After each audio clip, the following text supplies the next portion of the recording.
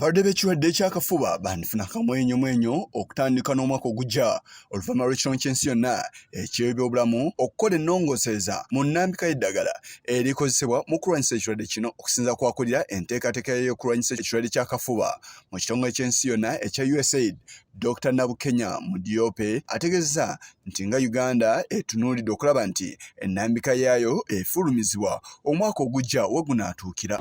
So you keep on changing based on as long as that drug has been proven, researched and can be used, we quickly learn and adopt them. That's how we have moved from 24 months, now we talk about 20 months for some, but most people are going to take 9 months. And as you have heard, we might very soon switch to 6 months because we are learning what is happening, how we are managing our patients, their issues, to ensure that we manage that. So anything that comes up that makes life easier for the patient, for the clinician, is picked up.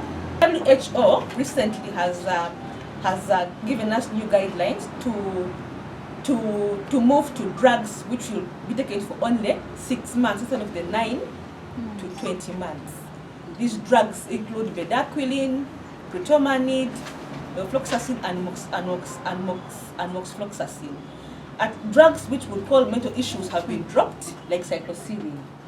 So we are currently Bino bibadde mu nsisinkano etegekeddwa ekibiina ky'abannamawulire abasaka g'ebyobulamu ekya Health Journalists Network Uganda Region Kamwokya. Mu nsisinkano y'emu omukugu mu kulwanyisa ekirwadde ky'akafuba akasamba eddagala okuva mu ddwaliro ekkulu e Mulago, Dr. Akelo Susan Adakun alaze ebika by'eddagala ebiriwo wabula nga bino birina kye bikosa eri omulwadde w'akafuba. Eddagala lye bayita bedaquiline lisobola okuleetera omuntu kubanga omutima gwe gukuba nnyo n'afuna entunnunsi.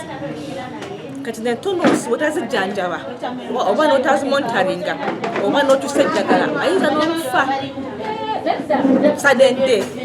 Eddagala eriddako baliyita linezolide ono eddagala ddungi likola naye liyinza okuleetera omuntu obutalaba bulungi, visual loss nga talaba bulungi oba n'afuna okusigalala. Eddagala eddala bayita cycloserine. Cycloserine ono asobola okuleetera omuntu okuba nga afuna akazoole. Ono era agumiza abasajja ku nsonga z'obutamalaako nga bakozesa eddagala erikozesebwa mu kujjanjaba ekirwadde ky'akafuba. Ebiri egiyise twali tukozesa eddagala lye bayita ethionamide okujjanjaba TB eyakona. Mu biseera ebyo ng'abasajja abamu bagamba nti buli wamira eddagala tamalaako, naye kati ennaku eddagala twalijjawo buli mwaka tugezaako okulaba nti kino tukyusa amadagala nga bwe tusuula ago agalina side effects embi nga tufuna ago agatakola bubi nnyo bantu.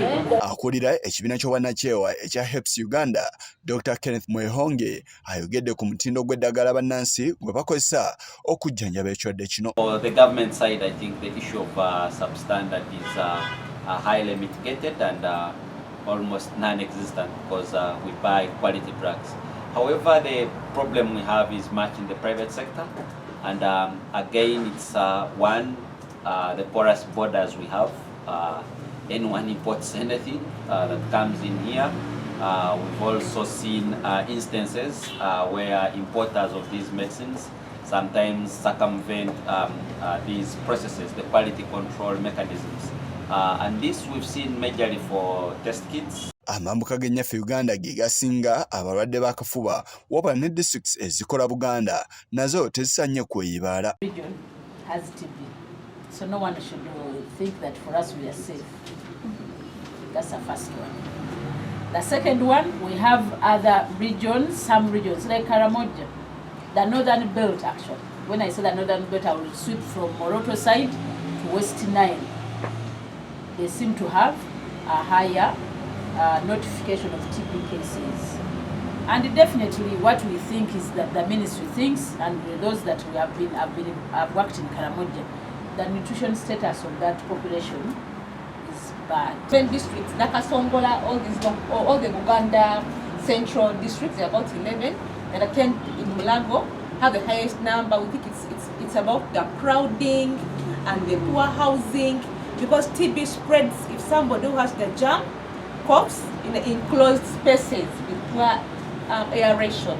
obulwadde bw'akafuba buwona ate ng'obujjanjabi bwa bwereere. Abakugu balaze obutali bumativu eri abantu abatakozesezza mukisa guno kwejjanjaba. Ebitundu 40 ku 100 abalwadde b'akawuka ka mukenenya balina ekirwadde ky'akafuba. Yise Kigongo ku lwa Channel 44 olweggulo.